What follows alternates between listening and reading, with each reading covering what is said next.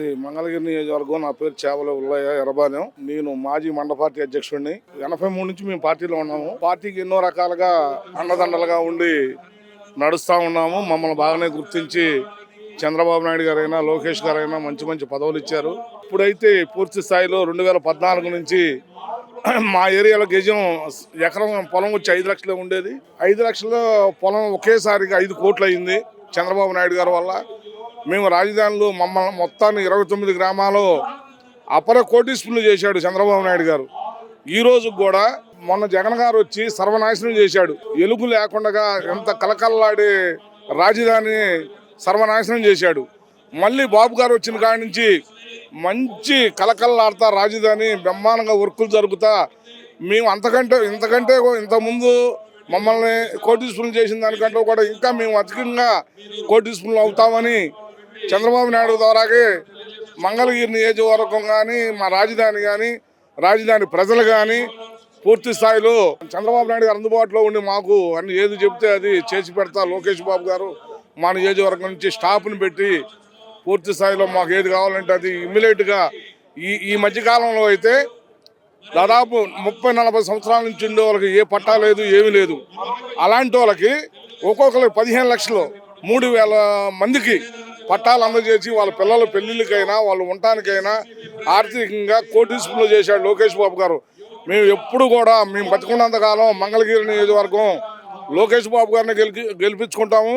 పూర్తి స్థాయిగా టీడీపీకే మేము అండగా ఉంటాం. మాది మైదుకూరు నియోజకవర్గము. చంద్రబాబు నాయుడు గారు మాకు చాలా చేశాడు. జగన్మోహన్ రెడ్డి గారు ఎంతో అరిష్టంగా మాట్లాడుతున్నాడు. ఇప్పటికైతే మాకేమో బాగానే భూములు కానీ దౌర్జన్యం చేసినట్టు భూములు కానీ ఎంఆర్ఓ కానీ మొత్తం అన్ని ఎవరెవరు గవర్నమెంట్ లో వైసీపీ గవర్నమెంట్ లో భూములన్నీ ఆక్రమించి దౌర్జన్యాలు చేసినాడు. ఆ భూములన్నీ మళ్ళీ ఎంఆర్ఓ కానీ పిలిపించి కానీ మాకు మా ఎమ్మెల్యే పుట్ట సుధాకర్ యాదవ్ గారు కానీ దగ్గరుండి ఏ భూములు ఎవరి రికార్డు మూలంగా ఉన్నాయో మొత్తం అన్ని సౌకర్యంగా చూడమని చెప్పారు. మాకు మటుకు బాగానే టీడీపీ గవర్నమెంట్ కానీ బాగానే జరిగింది. చంద్రబాబు నాయుడు గారు కూడా మాకేమో గ్రామానికి ఏమో బాగానే చెప్పి అన్ని ఓకేలుగా జరిగినాయి. మాకేమో గవర్నమెంట్ ఉంది, బాగానే ఉంది, పిల్లలు చదువుకునేదానికి ఉంది, అమ్మఒడి ఉంది, వేసుకుంటున్నాడు. అలాంటి ఏమి ఇబ్బంది ఏం లేదు, మాకైతే హ్యాపీగానే ఉంది. మహానాడు బ్రహ్మాండంగా జరుగుతుంది. ఉత్సాహం నిన్న వచ్చాము, ఇప్పుడు వచ్చాము.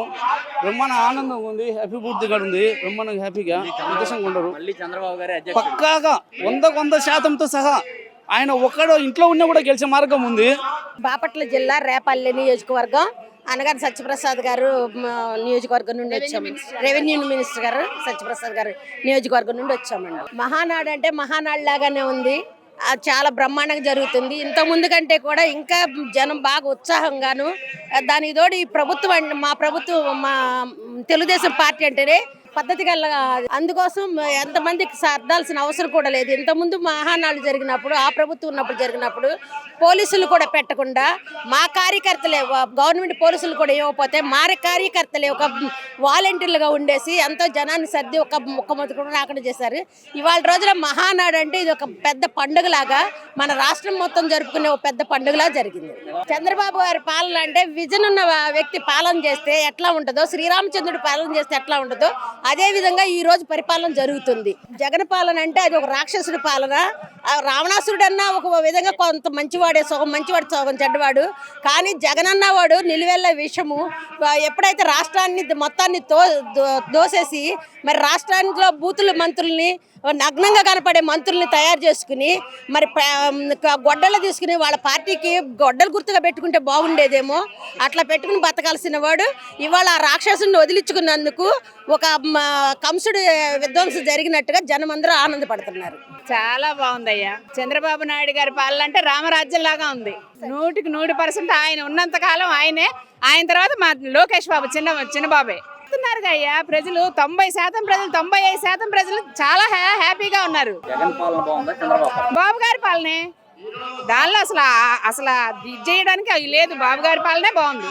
ఇద్దరికి వ్యత్యాసం ఏంటంటే అయ్యా, రాక్షసుడికి ఒక శ్రీరామచంద్రుడికి ఎంత తేడా ఉంటుందో అవన్నీ పురాణ కాలాల్లో ఈ విషయాలు. కానీ ఇప్పుడు ఏంటంటే ఇది ఒక మార్క్ పడిపోయింది. ఏంటంటే వాళ్ళు చెప్పిన దాన్ని అమలు చేస్తారు. వాళ్ళు ఇచ్చిన హామీలు ప్రతి ఒక్క హామీ కూడా అమలు చేయడానికి బడ్జెట్ ఉన్నా బడ్జెట్ లేకపోయినా కూడా మొత్తం దాన్ని కంప్లీట్ చేయడానికి చెప్పి అంతా కృషి చేస్తున్నారు కూటమి ప్రభుత్వం.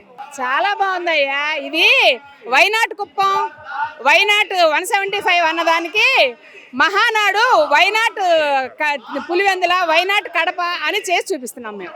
రామరాజ్యం వచ్చింది, రాముడే పరిపాలిస్తాడు, తరతరాలుగా రాముడే ఉంటాడు. ఈ ప్రపంచము మొత్తం శుభ్రంగా చాలా సంతోషంగా ఉన్నారు. 100% సంతోషంగానే ఉంటారు. తరతరాలుగా రామరాజ్యమే ఉండాలి, ఉంటుంది. అదే నేను కోరుకుంటున్నాను. సూపర్ గా ఉంది, సూపర్ అంటే సూపర్. మెయింటింగ్ కానీ, లంచ్ కానీ, వాటర్ కానీ అసలు సూపర్. ఇక మాట్లాడే పనే లేదు. 100% సూపర్.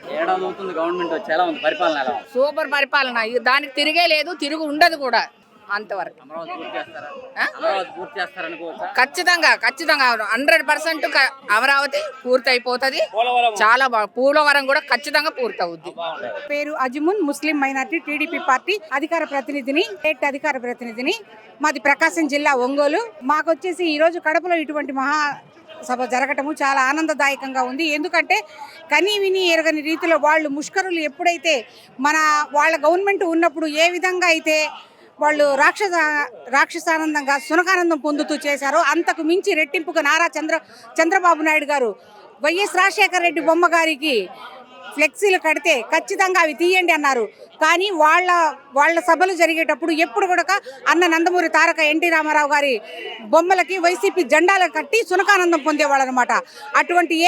ఎటువంటి జరగకూడదని చెప్పేసి నారా చంద్రబాబు నాయుడు చాలా అందరికీ కట్టుదిట్టం చేసి చెప్పారు. అదొకటి కాక వరుణుడు కూడా ఎంతో విధంగా సంతోషదాయకంగా ఎండల్లో ప్రతి మహానాడు కూడా విపరీతమైన ఎండల్లో వచ్చే ప్రజలు ఇంత శాంతియుతంగా ప్రజలందరూ తిరుగుతున్నారంటే దానికి ఆధారం ఏంటో తెలిసిన నారా చంద్రబాబు నాయుడు గారు మంచి రామరాజ్యం వచ్చిందని చెప్పడానికి నిదర్శనమే ప్రకృతి కూడా సహకరిస్తుంది అనమాట. చెప్పటానికి కన్నుల పండుగగా ఉందండి. ప్రతి ఒక్కళ్ళు కూడా అట్టడుగు స్థాయి నుంచి కూడా గ్రౌండ్ లెవెల్లో నుంచి కూడా ప్రతి ఒక్కళ్ళు ఎంతో ఆనందంగా ఉన్నారు. ఇటువంటి పరిపాలన ఇక రాబో రోజుల్లో ఎప్పుడు ఆ వైసీపీ అనే 11 సీట్లు జీరో చేయడానికి కూడా ఆ 11 కూడా అతని సీటు కూడా రాకుండా చేయడం కోసం ప్రజలు ఎదురు చూస్తున్నారు. ఇకపోతే చిన్న చితక స్థాయి నుంచి మహిళలకు ఎంతో పెద్దపీట వేసిన వ్యక్తి నారా చంద్రబాబు నాయుడు గారు. నారా లోకేష్ గారి ఆధ్వర్యంలో చాలా బాగా ముందుకెళ్ళిద్దని చెప్పేసి నేను కోరుకుంటున్నాము. ఎన్డీఏ కూటమి అంటేనే ఇలా ఉండాలి అని చెప్పేసి ప్రతి ఒక్కరు కోరుకుంటున్నారు అనమాట. డీజే అంటే ఒక బ్రాండ్ అనమాట. మా ఎమ్మెల్యే గారు దామచర్ల జనార్దన్ రావు గారు డీజే అంటారు. ఎందుకంటే అభివృద్ధి అంటేనే పెద్ద పల్లెటూరు లాగున్న మా ఒంగోలుని 5 ఏళ్ళు ఎంతో అభివృద్ధి పదవులకు తీసుకెళ్లారు. మధ్యలో ఒక్క ఛాన్స్ అని జగన్ పరిపాలనలో తెలియకుండా మరలా ఓటేసినందుకు ఈసారి కనీ విని 42 సంవత్సరాల టీడీపీ రాజకీయ చరిత్రలోనే ఒంగోలులో 35,000 మెజార్టీ సాధించిన అత్యధిక ఘనుడు మా అన్న దామచర్ల జనార్దన్ రావు గారు. ఎందుకంటే ఇప్పటి వరకు కూడా 22,000 మెజార్టీ ఏ రోజు దాటలేదు 40 సంవత్సరాల కాలంలో. ఇప్పుడు అంత అత్యధిక మెజార్టీ సాధించారు. కానీ ఈ సంవత్సర కాలంలో ఎంత అభివృద్ధి, ఎన్ని నిధులు తీసుకొచ్చారంటే ప్రతి ఒక్కళ్ళు కూడా అసలు ఇంకా అపోజిషన్ అనేది లేకుండా పోయిందనమాట. నా మీద 9 కేసులు పెట్టారు. అటెంప్ట్ టు మర్డర్ కేసు కూడా పెట్టారనమాట మా మీద. అందుబాటులో కాదు అసలుకి. మా అన్న అంటేనే ఒక బ్రాండ్. మేం కాదు, గడిచిన మాకు ఓటు వేయని వాళ్ళని కూడా పిలిచి పనులు చేస్తున్న వ్యక్తి మా అన్న దామచర్ల జనార్దన్ రావు గారు అనమాట. అసలు అనుకూలం అంటే కాదు, ప్రతి ఒక్కరికి మహిళలకు అందరికీ మాకు పోస్టులు వేయించారు. అలాగనే ఆర్థికంగా ఆదుకుంటున్నారు. అది ఏంటి, గవర్నమెంట్ తోటి సంబంధం లేకుండా తన సొంత నిధులు ఇచ్చి మా అన్న ప్రతి ఒక్కరిని ఆదుకుంటున్నారు. ఇది మేం చెప్పటం కాదు, ఒంగోలు ప్రజానికం మొత్తం చెప్తున్నారు అనమాట.